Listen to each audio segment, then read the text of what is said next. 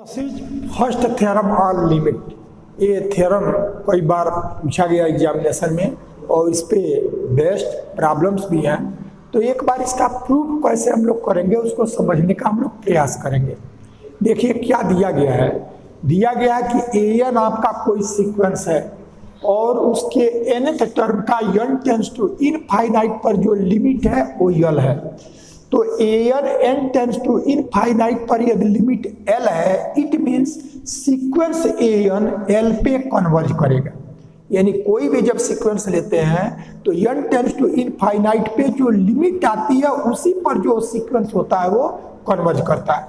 तो ये दिया गया है, ये रिजल्ट दिया गया। हमको क्या प्रूव करना है कि जो ये सीक्वेंस है इसी में फर्स्ट टर्म की वैल्यू है, यानी सीक्वेंस में n इक्वल टू 1 रखे, जो वैल्यू आया a1 का, 2 रखा जो वैल्यू आया a2 है, और n रखा तो सीक्वेंस की जो वैल्यू आया an, इन सबका ऐड कर दें।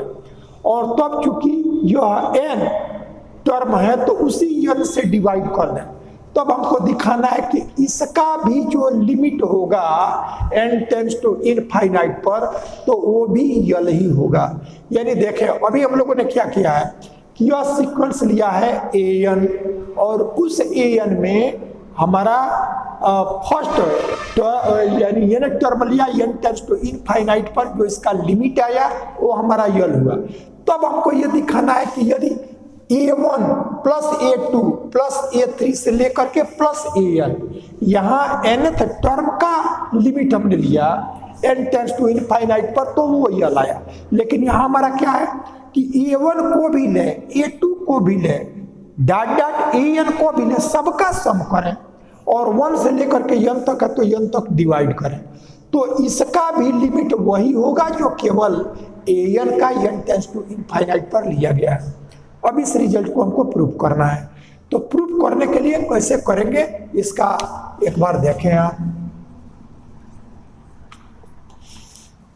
तो जो यह an है, इस an को यह an जिसका लिमिट आपका यल है, तो an is equal to l और प्लस एक दूसरा कोई टर्म हम ले लें, सपोज कर लो t1, ऐसा हम ले लें एक tn, ये tn ऐसा हमने ले लिया। अब यह an is equal to l tn ये लिया, जहां हमारा tn क्या है, यह एक दूसरा सीक्वेंस है जिसका nth टर्म tn है। और यह tn किस फॉर्म में है कि चूंकि यह दिया गया है कि यह जो क्वेश्चन है उसमें दिया गया कि an n tends to infinite पर लिमिट l है। तब हम यह tn ऐसा सीक्वेंस ले रहे हैं कि ये where limit n tends to infinite tn is equal to 0। अब इस चीज को एक बार समझें क्या कहा गया। क्वेश्चन में दिया गया कि limit n tends to infinite is equal to l। तो हमने इस an को l और प्लस tn ऐसा लिया। तो अब हम क्या करें कि यदि इसका फिर n टेंस टू इनफाइनाइट पर लें लिमिट, यदि हम इसका लिमिट लें n टेंस टू इनफाइनाइट, तो यह an इज इक्वल टू, चूंकि इसमें n नहीं है, l में n नहीं है, तो जहां n रहेगा वही हमारा वो इनफाइनाइट को टेंड करेगा। तो यह l रहा और प्लस यह लिमिट यह n टेंस टू इनफाइनाइट पर tn।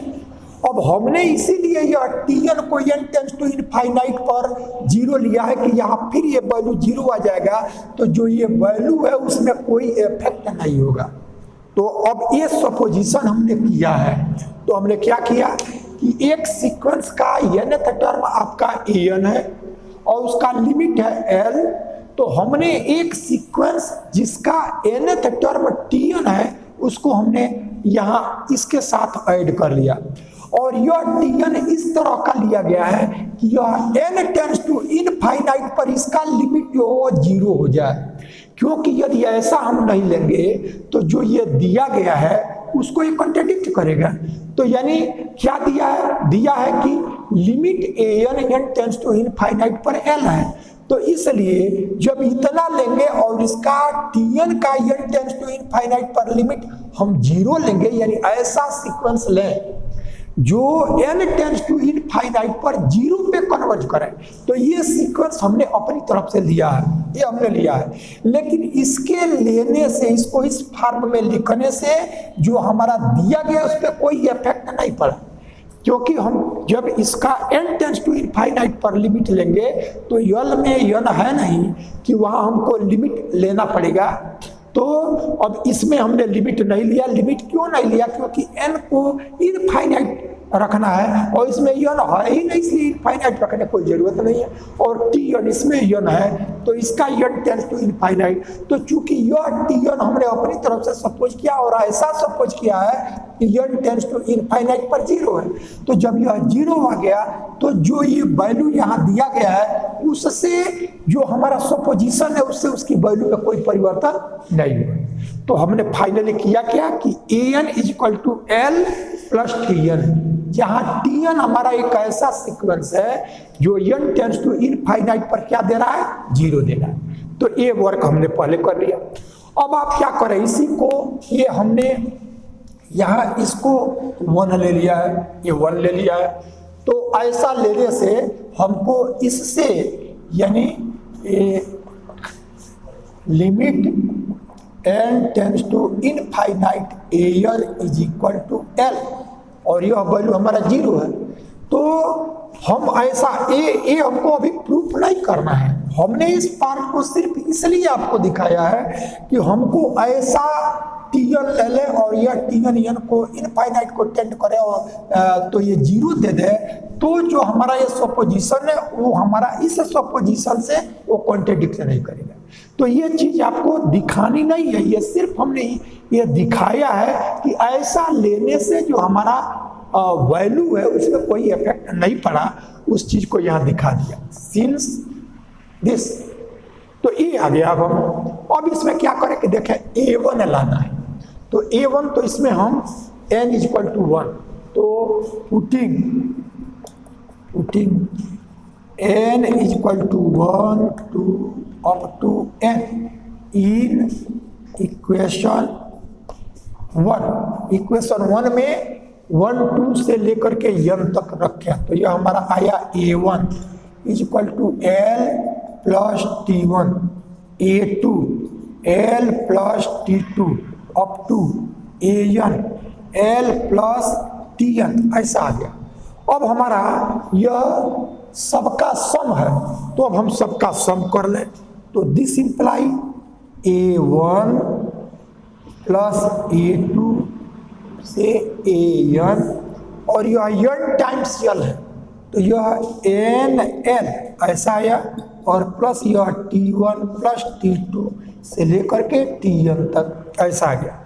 अब हमको जो रिजल्ट लाना है वो बाई n लाना है, तो अब हम n से डिवाइड करें। तो this imply a1 plus a2 से लेकर के an और बाई n, और तब यहाँ से n से डिवाइड करेंगे तो केवल यह l और प्लस t1 प्लस t2 से यह tn तक और बाई n ऐसा आ गया। ये हमने लिखा। अब आपको जो रिजल्ट लाना है वो लाना क्या है कि यह a1 plus a2 plus an by n है, इसका n टेंड्स टू इनफाइनाइट ले तो यह लाभ है। अब जो ये वैल्यू आया है इसी में आप देखें कि यदि limit n tends to infinite ले तो इतने की तो वैल्यू हमको लाना है और केवल ये लाना है। इसका मतलब ये यल तभी होगा कि limit n tends to infinite पर इसकी जो वैल्यू है वो जीरो हो जाए। यदि हम यह जीरो दिखा दें तो हमारा जो थ्योरम है वो प्रूफ हो गया। ठीक है ये, तो अब यही वर्क करेंगे कि हमको ये दिखाना है कि यहाँ से since we have to show that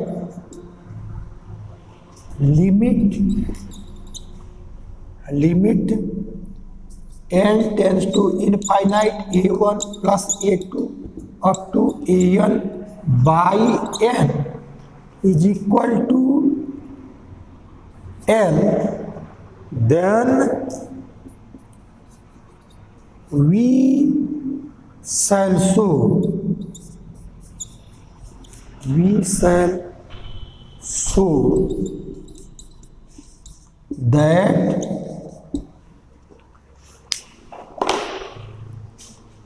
limit n tends to infinite t1 plus t2 up to tn और by n tends to 0। देखें हमने यह लाया और इसको हमको दिखाना है कि limit n tends to infinite पर केवल यल हो, तो इसका लिमिट यदि हम लेंगे, इसी को हमने 2 ले लिया, ये हम 2 ले लें, तो 2 पे यदि इसका लिमिट ले n टेंड्स टू इनफाइनाइट, तो इसकी वैल्यू तो हमको लाना है और केवल यल लाना है। तो चूंकि इसमें n नहीं है इसलिए n टेंड्स टू इनफाइनाइट पर इस पर इफेक्ट नहीं पड़ेगा। तो इतने की वैल्यू, लिमिट इतने का केवल यल ये आवे तो ये तभी पॉसिबल होगा जब इसमें इसका लिमिट जो हो वो 0 को टेंड करे। तो अब हम यही दिखाएंगे कि लिमिट t1 प्लस t2 से लेकर के tn तक ये बाई n इसका लिमिट ले तो यह 0 को टेंड कर जाए, ऐसा अब हमको दिखाना रहेगा। तो यह दिखाने के लिए हम क्या करते हैं कि एक कोई पॉजिटिव वैल्यू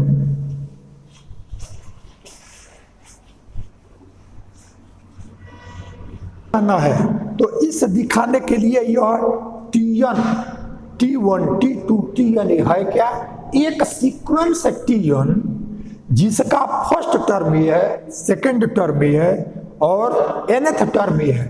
और सीक्वेंस tn हमने क्या सपोज क्या किया कि वो n टेंड्स टू इनफाइनाइट पर उसका जो लिमिट है वो 0 है। तो tn का n टेंड्स टू इनफाइनाइट पर लिमिट 0 है, इसका मतलब tn एक ऐसा सीक्वेंस है जो 0 पे कन्वर्ज करेगा, यानी n टेंड्स टू इनफाइनाइट पर जो लिमिट आता है उसी पर वो सीक्वेंस कन्वर्ज करता है। तो जो tn है वो हमारा 0 पे क्या कर रहा है, कन्वर्ज कर रहा है। तो अब यहाँ से यह वैल्यू दिखाने के लिए अब हम आगे कैसे बढ़ेंगे कि we have supposed that sequence tn is such that limit n tends to infinite tn tends to is equal to 0। ये जो पहला इक्वेशन हम लोगों ने लिखा ये 0 को टेंड करेगा n टेंड्स टू इनफाइनाइट पर, तभी इसको कॉन्ट्रडिक्ट नहीं करेगा, तो ये हम लिए हैं। तो इसका मतलब क्या हुआ कि जो tn है वो हमारा 0 पे कन्वर्ज कर रहा है। तो this imply sequence tn converges to 0, ये 0 पे कन्वर्ज कर रहा है। तो अब 0 पे कन्वर्ज कर रहा है तो आप एक कोई वैल्यू एप्सिलॉन, कोई पॉजिटिव वैल्यू, अब यहाँ से 2 चीज हम पाएंगे, यहाँ से 2 रिजल्ट अभी लिखेंगे।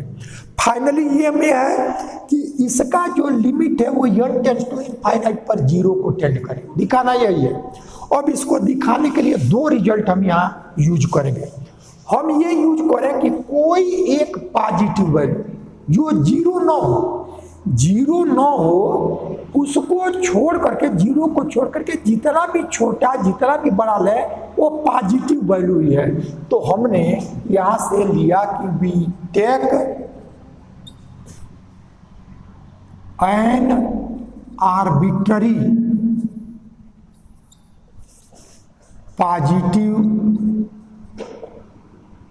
Positive value epsilon.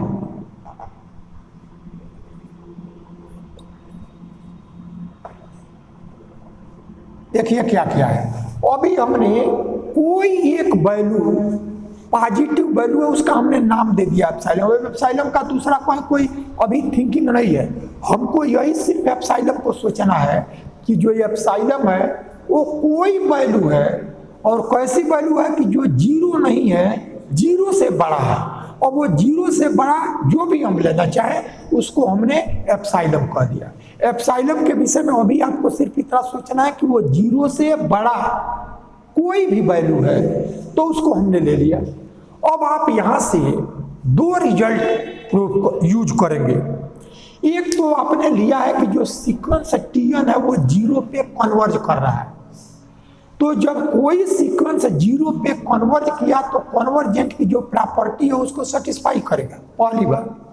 और जो सीक्वेंस Tn है वो कन्वर्जेंट सीक्वेंस है। अब पीछे हम लोग प्रूव कर चुके हैं कि जो भी कन्वर्जेंट सीक्वेंस होता है वो बाउंडेड होता है, तो इसका मतलब Tn जो हुआ वो बाउंडेड भी हुआ और जो Tn हुआ वो हमारा कन्वर्जेंट भी हुआ। तो कन्वर्जेंट है तो कन्वर्जेंट की प्रॉपर्टी को सेटिस्फाई करेंगे, और जो बाउंडेड है तो बाउंडेड की कंडीशन को सेटिस्फाई करेंगे। इन दोनों कंडीशन का यूज हम यहाँ करेंगे। तो अब यूज कैसे करेंगे इस वर्क को आप देखें। तो पहला हमें लेते हैं कि सीक्वेंस Tn कन्वर्जेस टू 0, इससे हमको क्या मिलेगा उस प्रॉपर्टी को लिख लें। तो सीक्वेंस Tn कन्वर्जेंट टू 0, तो यह 0 पे कन्वर्ज कर रहा है, तो इससे आपको क्या मिलेगा।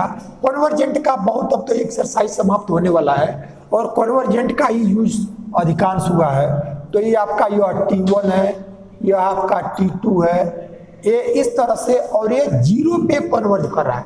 इसका मतलब यहाँ कोई भी एक डिस्टेंस लेंगे तो एक नेचुरल नंबर n0 मिलेगा।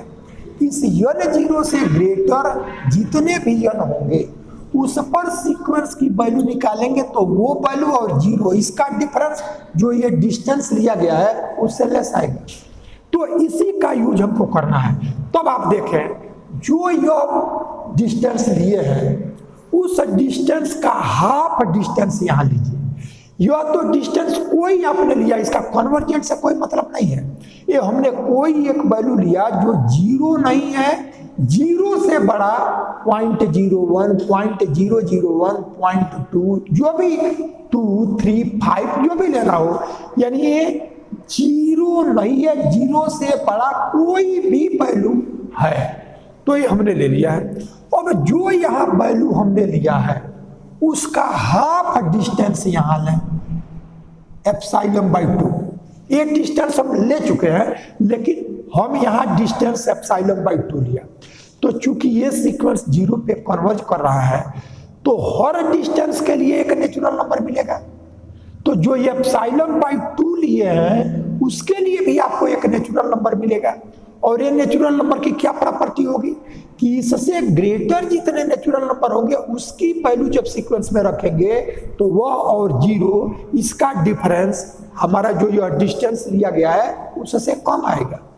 तो sequence Tn convergent to 0, this imply for ε/2, और एप्सिलॉन पॉजिटिव है इसलिए उसका हाफ करेंगे तो वो भी पॉजिटिव हुआ, और पॉजिटिव का मतलब greater than 0। For epsilon by greater than 0 there exist, for epsilon by 2 greater than 0 there exist a natural number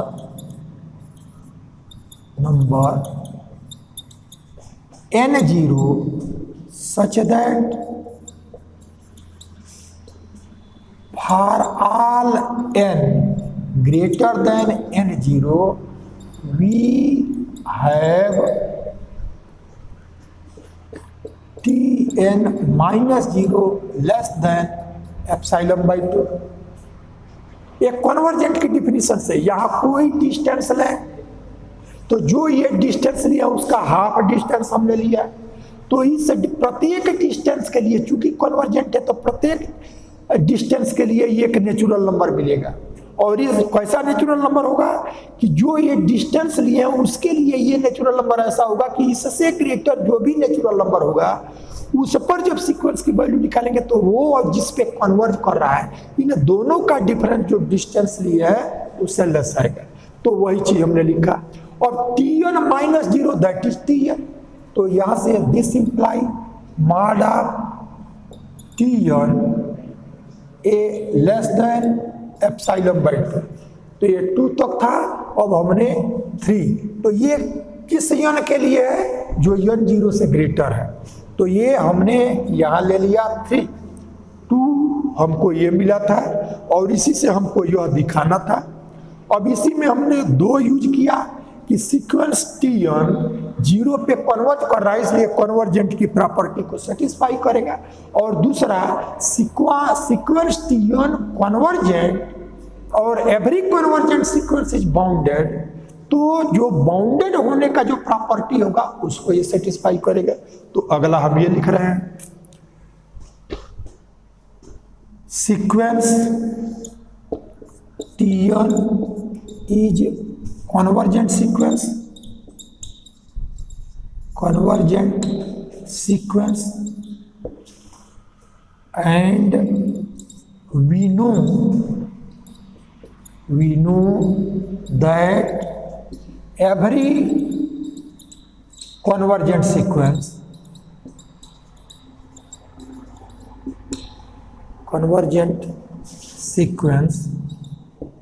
is bounded. This implies sequence Tn is bounded. लिखा गया इतना, लेकिन आपने सिर्फ 2 वर्क किया है। हमने सपोज किया है कि sequence Tn limit n tends to infinite is equal to 0, it means sequence Tn convergent to 0, और जब यह 0 पे कन्वर्ज करेगा तो कन्वर्जेंट की प्रॉपर्टी से जो हमको मिला उसको हमने लिख लिया, एक पहला वर्क। और दूसरा हमने ये किया कि कोई सीक्वेंस जो कन्वर्जेंट होता है वो बाउंडेड होता है, तो जो Tn कन्वर्जेंट है वो हमारा बाउंडेड भी होगा, तो ये सीक्वेंस Tn बाउंडेड हो गया। अब आप देखें कि सीक्वेंस Tn बाउंडेड है, इससे आपको क्या मिला, सीक्वेंस Tn जो है वो बाउंडेड है, इससे आपको क्या मिला कि सीक्वेंस Tn बाउंडेड तब होगा कि जब ये सीक्वेंस Tn बाउंडेड है। बाउंडेड का थोड़ा सा आप एक बार यहाँ आइडिया समझ लें।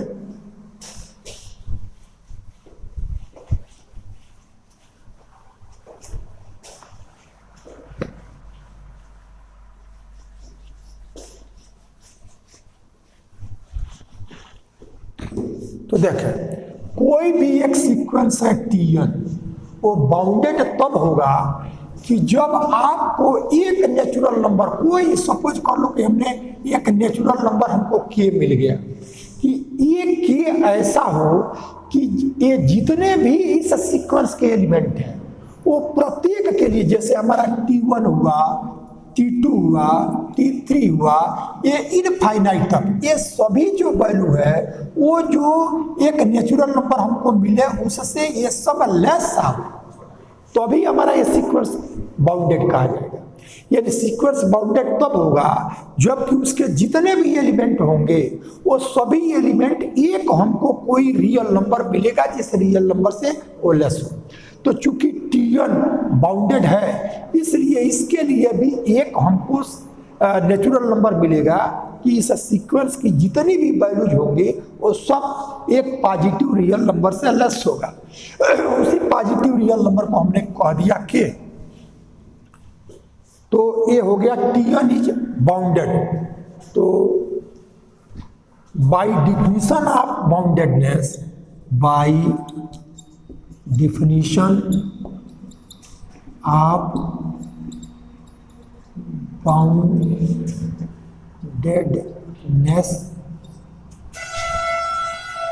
बाउंडेडनेस, अब इसकी जरूरत है इसलिए अभी इसको छोड़े हुए, अब फिर आप ऊपर आ जाए।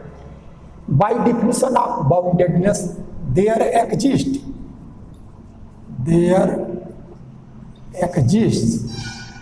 ए real number say k such that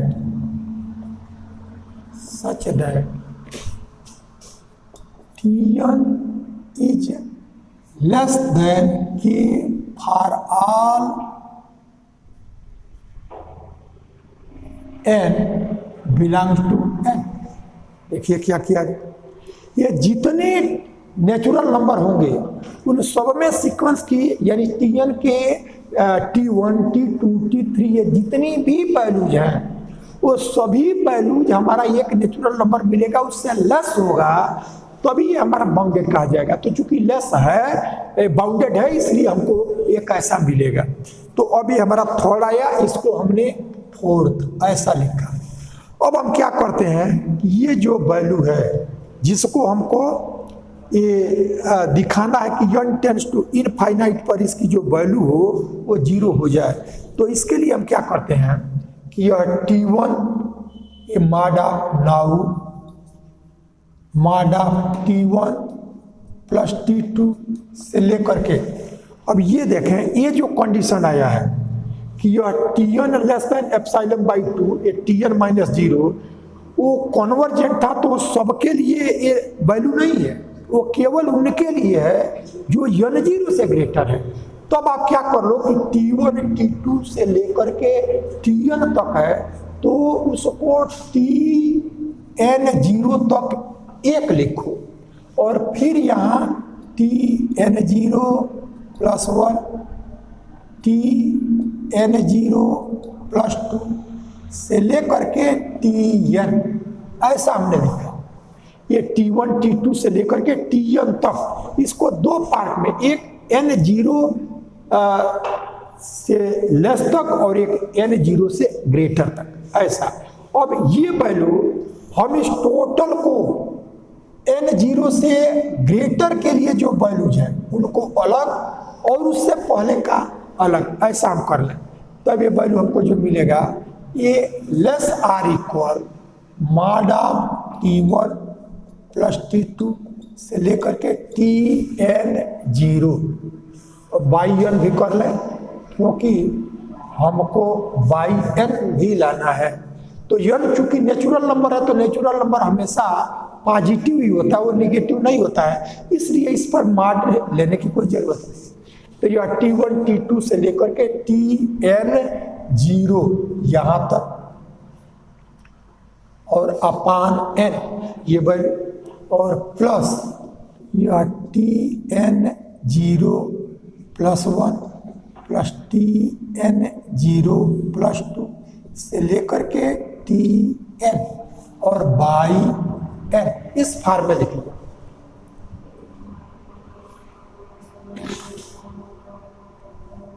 अब ये हम लोगों ने लिखा है ये दो ये वैल्यू Tn ये जितनी भी वैल्यू है नेचुरल नंबर ये फॉर ये T1 T2 जितनी भी है वो k से लेस है। तो ये वैल्यू जो k से लेस है वो तो सभी के लिए है, लेकिन जो वैल्यू n0 से ग्रेटर है उसकी वैल्यू हमारा एप्सिलॉन बाई 2 इससे लेस है। सारी जो वैल्यूज हैं वो एप्सिलॉन बाई 2 इससे लेस है। तो ये दो कंडीशन, ये जो कंडीशन है वो कंडीशन आपका क्या है कि ये लेस देन एप्सिलॉन बाई 2 है, लेकिन किसके लिए जो n0 से ग्रेटर है और ये तो सभी n के लिए है, ये सभी n के लिए है। तब अब हम क्या करेंगे कि यहाँ से ये जो वैल्यू इस फार्म में लिखे हैं तो इसी को जैसे आपको पता है कि माड ऑफ a प्लस बी तो mod of a plus mod of b less or equal होता है। ये टोटल यहाँ तक का अब प्रत्येक को हम अलग अलग कर रहे हैं तो ये वैल्यू लेस आर इक्वल माड of T1 plus mod of T2 से लेकर के यह माड ऑफ Tn0 ये आया और यहाँ से भी हमने ले लिया यह प्लस माडा Tn0 प्लस 1 माडा Tn0 प्लस 2 से लेकर के ये माडा Tn इस फॉर्म में। तो अब ये देखें कि ये जो वैल्यू होगा ये T1 इससे ये n0 से ग्रेटर ये जितने हैं वो तो सब एप्सिलॉन बाई 2 से लेस है, एप्सिलॉन बाई 2। तो यह वैल्यू एप्सिलॉन बाई 2 इससे ग्रेटर वैल्यू एप्सिलॉन बाई 2, यह एप्सिलॉन बाई 2 से लेकर के यह एप्सिलॉन बाई 2 ये आया। और इधर जब हमारा आएगा तो यह वैल्यू के बाई एन देखें हमको लिखना पड़ेगा यहाँ बाई एन और यह बाई एन। अब यह बाई एन, अब ये वैल्यू के प्लस के और बाई एन। इस चीज को समझे क्या लिखा गया यहाँ ये है कि जो ये प्रत्येक नेचुरल नंबर के लिए ये T1 T2 जो है वो KSLS है, KSLS है।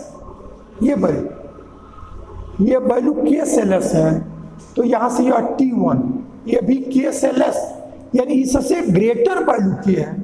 तो जब इससे ग्रेटर आएगा तो इक्वालिटी खत्म हो जाएगा। यदि यह भी लेस आर इक्वल होता तो हमारा इक्वालिटी बना रहता, लेकिन T1 से ग्रेटर आई आपके, तो T1 से ग्रेटर के, T2 से ग्रेटर के, Tn0 से ग्रेटर के, Tn0 से ग्रेटर के ये आया। अब यह वैल्यू जो n0 से ग्रेटर है ये उनके लिए है, ये थर्ड कि n greater than n0, n0 से ग्रेटर जो n है उनका एक कंडीशन है। तो आपको ये वैल्यू मिला। अब देखो ये कितने हैं, 1 से लेकर के n0 तक है, तो 1 2 यानी n0 के ऐसा आएगा। यह के कितनी टाइम, तो यह 1 2 n0, तो इससे ग्रेटर के तो ये टोटल संख्या में n0 है, इसलिए ये वैल्यू n0 के और बाई n ऐसा है। और प्लस यहां से ये हमारा एप्सिलॉन/2 इनकी संख्या कितनी है, तो देखो टोटल n है और उसमें n0 सब्ट्रैक्ट हो जाएगा, तो ये वैल्यू आपका जो हुआ वो n-n0 और बाई n और यह एप्सिलॉन/2 ऐसा होगा। ठीक है, ये n-n0 और हमारा जो n है और उसमें से n0 n से पहले है, इस चीज को थोड़ा सा देखें। ये 1 से लेकर के n0 तक है, n0 तक, और यहां से लेकर के यहां तक n है, तो n ग्रेटर है और n0 लेस है। तो n में से, क्योंकि ये 1 से n0 तक पहुंचने के पहले ही ये n0 आया, तो n में से n0 को सब्ट्रैक्ट करेंगे तो वो n से लेस होगा।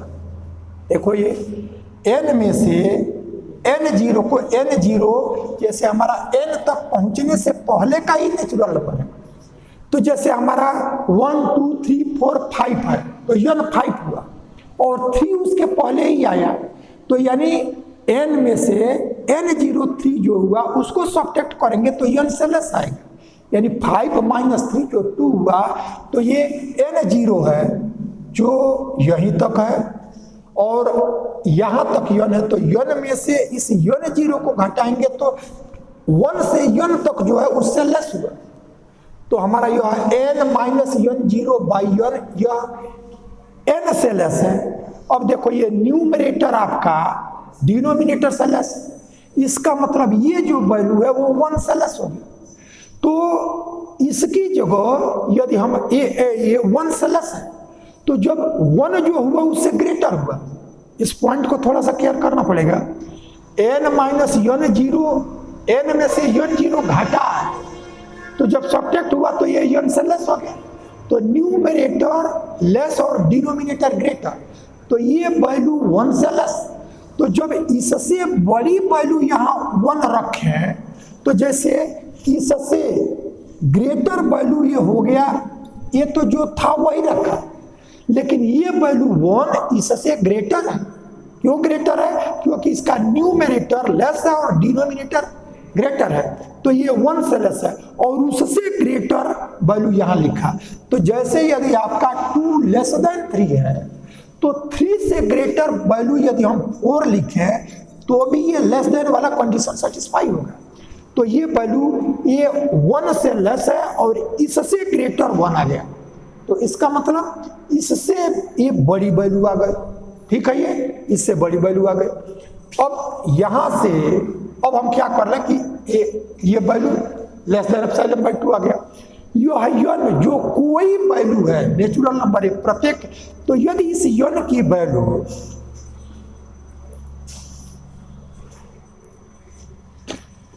ये यन आपका यदि ग्रेटर हो यह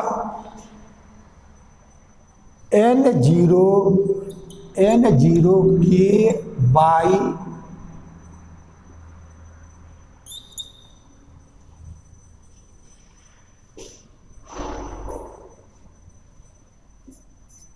इस फॉर्म, यानी देखें ये नेचुरल नंबर आपका कोई नेचुरल नंबर है, तो इस नेचुरल नंबर की वैल्यू को यदि हम ये डिनोट करें n की वैल्यू, यह n0 टू n0 के बाई एप्सिलॉन, यानी यह 2n0 के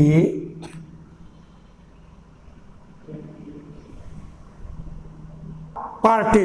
आप समझिए कि यह n में से n0 को सब्ट्रैक्ट किया गया, इसलिए यह n से लेस हो गया, तो न्यूमरेटर लेस डिनोमिनेटर ग्रेटर। जैसे यदि हमारा 2 लेस है 3 ग्रेटर है तो ये 1 से लेस हो गया। अब इससे ग्रेटर हमारा 1 से लेस है, उससे ग्रेटर हमने 1 लिखा, तो यह जो वैल्यू है ये वैल्यू से ग्रेटर यह आ गया। तो जब यह था इसी से ये लेस है, इतने से ये छोटा है, तो जब इससे बड़ी वैल्यू लिखेंगे तब तो इससे ये और छोटा आएगा। तो अब हमारा यहाँ इससे ग्रेटर वैल्यू लिखा तो इससे भी ये लेस आ गया। अब ऐसा नहीं सोचना है कि यह n minus n0 by n, ये इसकी जगह ये 1 कहाँ से आ गया, ये मीनिंग जो है उसको आपको समझना है कि यह वैल्यू जो है वो 1 से लेस है, तो जब 1 से ये लेस है तो इससे ये छोटा है, तो जब इससे बड़ी वैल्यू 1 लिख लेंगे तब तो इससे ये और छोटा हो जाएगा। तो यही कॉन्सेप्ट है, ये खत्म नहीं हुआ है ना, इसकी वैल्यू यह 1 आया है, इससे ये बड़ी वैल्यू ले ली गई है, तो जब इससे ये छोटे से ये छोटा है तो इससे बड़े से डिफरेंशियली ये छोटा होगा, ये वैल्यू है। अब यह n हमारा नेचुरल नंबर है, तो ये नेचुरल नंबर हम ऐसा लें कि जिसकी वैल्यू 2n0 के बाई एप्सिलॉन से ग्रेटर हो, तब यहां से जो वैल्यू आएगा वो हमारा, चूंकि n तो कोई नेचुरल नंबर है, तो कोई नेचुरल नंबर ले तो यह नेचुरल नंबर यदि हम ऐसा लें कि जिसकी वैल्यू 2n0 के बाई एप्सिलॉन, ये 2 आपका एक नेचुरल नंबर है, n0 भी एक नेचुरल नंबर है। n0 कैसा नेचुरल नंबर, वो नेचुरल नंबर जिससे ग्रेटर n हुए तो कन्वर्जेंट कंडीशन को सेटिस्फाई किया, और k भी एक रियल नंबर है, वो रियल नंबर कैसा रियल नंबर, जिससे लेस सीक्वेंस के सारे वैल्यू जाए, तो ये सब नंबर ही है, और एप्सिलॉन हमने लिया है ग्रेटर देन 0 ये वैल्यू, तो ये टोटल नंबर है। अब ये जो नंबर आया उससे ग्रेटर यदि हम n को लें तब यह जो वैल्यू आएगा, यह वैल्यू वो n0 के और यहाँ से 2n0 के बाई एप्सिलॉन ऐसा है। तो चूंकि ये हर नेचुरल नंबर के लिए हमारा एक कंडीशन सेटिस्फाई है, ये हर नेचुरल नंबर के t1 के लिए भी हुआ था, 2 के लिए, सभी के लिए था, तब हमने नेचुरल नंबर ऐसा लिया जो इससे ग्रेटर हो। तो उससे ग्रेटर के लिए जब लेंगे तब ये वैल्यू जो आएगा वो n0 के और n0 के समाप्त एप्सिलॉन ऊपर चला गया, तो यह epsilon by 2 by epsilon by 2, यानी यह एप्सिलॉन ये है। तो अब यहाँ हमने 2 वर्क किया, पहला कि n से यह n0 जो एक नेचुरल नंबर था वो घटा है, इसलिए इससे ये छोटा हुआ, तो न्यूमरेटर छोटा डिनोमिनेटर बड़ा, तो ये वैल्यू 1 से लेस, और जब 1 से लेस है तो केवल जब ये वैल्यू है तो इससे ये छोटा है, तो ये वैल्यू तो इससे और बड़ा हो गया, ये 1 से छोटा है, ये 1 हो गया, तो जब इसी से ये छोटा है तो इससे तो ये और छोटा होगा, तो हमने यह ले लिया।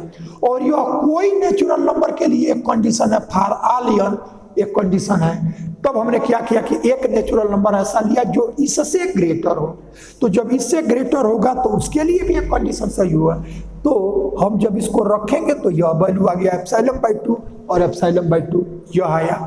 अब यही फाइनली आपको यहाँ देखना है कि यह जो वैल्यू है ये, और इसका लिमिट यानी यहां से यह limit n tends to infinite mod of t1 plus t2 से लेकर के tn0, यह tn0 प्लस 1 से लेकर के यह tn और बाई n, इसकी जो वैल्यू आया वो हमारा यह जब n टेंड्स टू इनफाइनाइट पे किया गया है तब ये वैल्यू हमारा आया है। तो यहाँ से ये वैल्यू हम लोगों ने यह ले लिया है, ये आया। अब यहाँ एक बात को आप देखें, ये एप्सिलॉन जहाँ स्टार में हमने लिया वो हमने क्या लिया था, एप्सिलॉन हमने लिया कि वो एक ऐसी वैल्यू जो हमारा जीरो न हो, जीरो से बड़ा कोई भी वैल्यू हो जाए। अब इसी व्यू को आपको समझना है कि ये वैल्यू इससे हमेशा लेस है। यह वैल्यू आप कोई लो एप्सिलॉन का, इससे ये हमेशा लेस है। तो जब तक ये वैल्यू जीरो नहीं होगा तब तक इस एप्सिलॉन से लेस नहीं हो पाएगा। अब ऐसा सोचे क्यों ऐसा है, तो ये एप्सिलॉन हमको जीरो नहीं लेना है, जीरो से बड़ा कोई ले सकते हो। तो ये सपोज कर लो कि यह जो वैल्यू है वो हमारा जीरो नहीं है। हमने सपोज कर लिया कि इसकी वैल्यू 0.1 आ गया, ये हमने इसकी वैल्यू को सोचा कि ये जीरो नहीं है, ये 0.1 है। तो चूंकि यह वैल्यू तो तुम कोई ले सकते हो जीरो से बड़ा, तो यदि इसको हम ले लें कि 0.01 तो हमारा जीरो से बड़ा वैल्यू हो गया ये। लेकिन इससे ये वैल्यू छोटा नहीं, ये ग्रेटर हो गया। तो लेकिन जब ये वैल्यू जीरो रखोगे तो ये जीरो से बड़ा ही रखना है, इसलिए कोई वैल्यू यहां रखोगे जितना भी छोटा 0.01, 0.001, 0.0001 जो भी लिखो, जितना भी छोटा रखो लेकिन वो जीरो से बड़ा ही होगा। और ये वैल्यू हमारा जब जीरो रहेगा तो इससे ये हमेशा लेस होगा। लेकिन जब ये वैल्यू जीरो नहीं, जीरो से बड़ा कोई भी नंबर पॉजिटिव लो तो उससे छोटा जब ये वैल्यू रखेंगे तो उससे लेस नहीं आ पाएगा। इसलिए प्रत्येक एप्सिलॉन के लिए वहां आर्बिट्ररी एप्सिलॉन दिया गया कि जीरो से बड़ा, तो जीरो से बड़ा ये प्रत्येक नंबर कोई रखे, प्रत्येक के लिए ये लेस हो, ये तभी पॉसिबल है जब ये वैल्यू हमारा क्या हो, जीरो हो जाए। तो for every epsilon greater than zero the above equation, above इसको हमने इक्वेशन 4 तक आया है तो हम 5 तक आया है, 6 ले लिया हमने, 6 ले लिया। यदि 5, अच्छा चलिए 5 तक ऐसा हमने ले लिया, ये हमारा 5 आया। तो for every epsilon greater than zero the above equation 5 will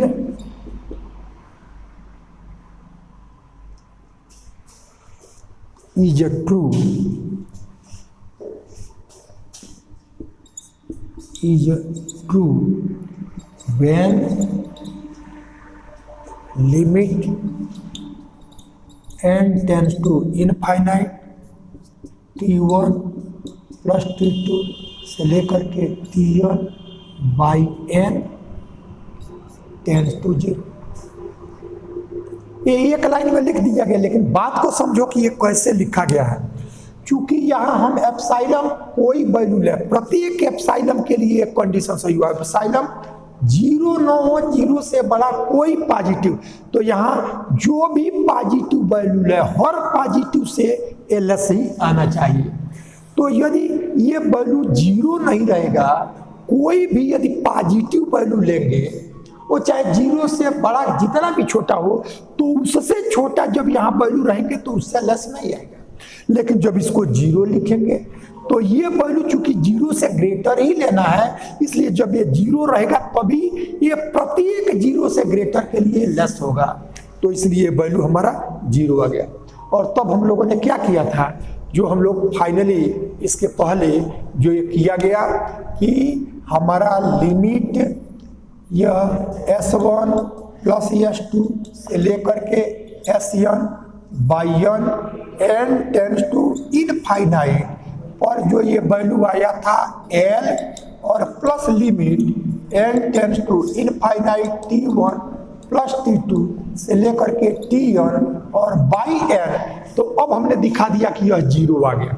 तो जब यह 0 आ गया तो इसका Sn नहीं है, A1 है, A1 है, यह A1 A2 An, ये जितने भी हैं इसका अब यह जब 0 को दिखा लिया गया तो यार ये वैल्यू ही हमको दिखाना था, वो हमारा रिजल्ट प्रूफ हो गया। इस तरह से कंप्लीट आपका ये वर्क हुआ। इस थ्योरम को एक बार आप देख लेंगे, फिर इसके आगे का जो वर्क होगा वो नेक्स्ट